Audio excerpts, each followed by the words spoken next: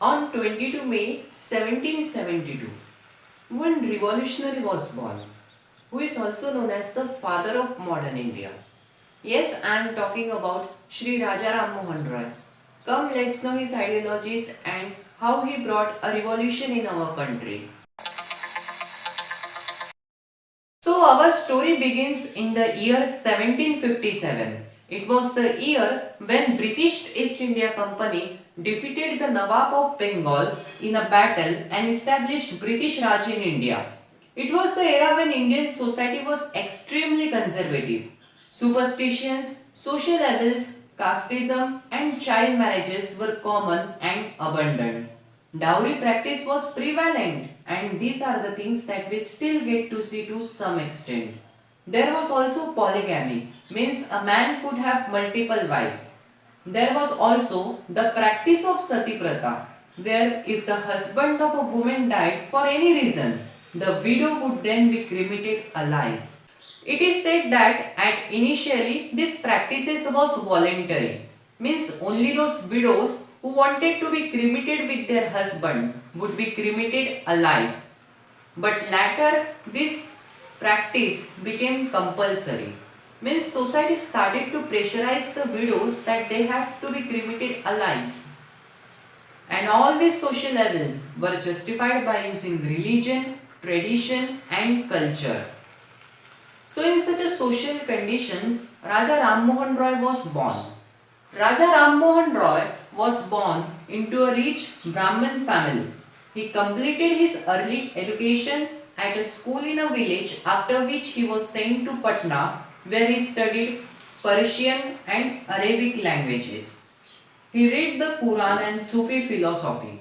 Because of his ideologies, Raja Ram Mohan Roy got into a conflict with his father, following which he left his home and went for Himalayas.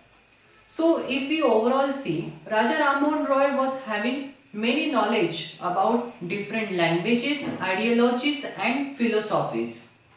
Raja Ram Mohan Roy was working as a clerk in the East India Company, but in 1815 he resigned and devoted all his time in bringing social, educational and religious reforms. A feminist is the person who believes that men and women should have equal rights.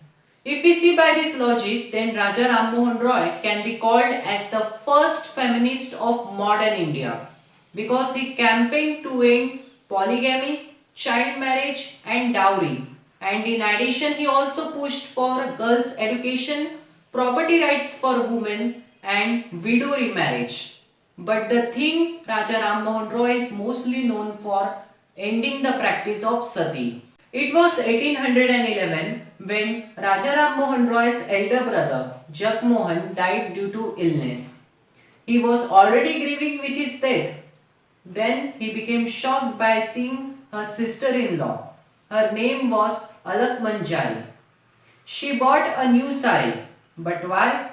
Because she could be cremated in it. Raja Ram Mohan Roy ji was only one person from his entire family who was against Sati Pratha, who was protesting against Sati Pratha. The entire family of Raja Ram Mohan Roy ji and the entire village were supporting Sati Pratha. So this was the biggest challenge for Raja Ram Mohan Roy ji to overcome the majority people thinking, and how he should tell the people that Sati Pratha is a wrong practice. So in 1814, Raja Ram Mohan Roy ji formed one Atmiya Sabha, in which there were a group of close people, and that Sabha's main motive was how to end Sati Pratha. One of its members was Dwarkananda Tagore, who is the grandfather of Rabindranath Tagore.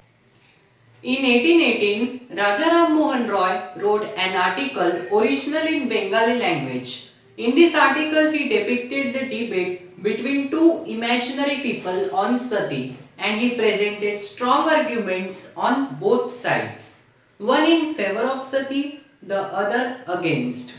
The arguments in favor of sati were that it was supported by ancient saints, and arguments against sati were also taken from scripture to prove his point. Obviously, he showed that arguments against sati were stronger. historically speaking, even before Raja Ram Mohan Roy's time, several kings had tried to abolish sati, like Aurangzeb, Jahangir, and Akbar.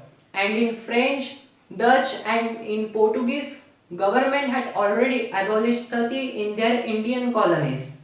But Britishers were not able to do this in India. Why so? Because in India, majority of people were supporting sati pratha. That's why Britishers were afraid to stop sati in India.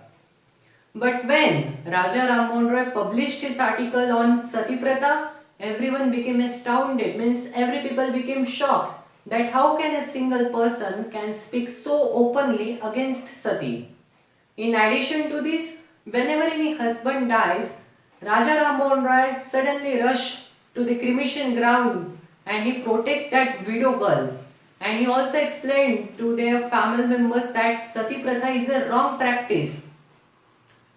And finally, Raja Ram Mohan Roy got succeeded in 1829 when Governor General William Bentinck finally abolished sati and passed Bengal Sati Regulation Act and abolished sati.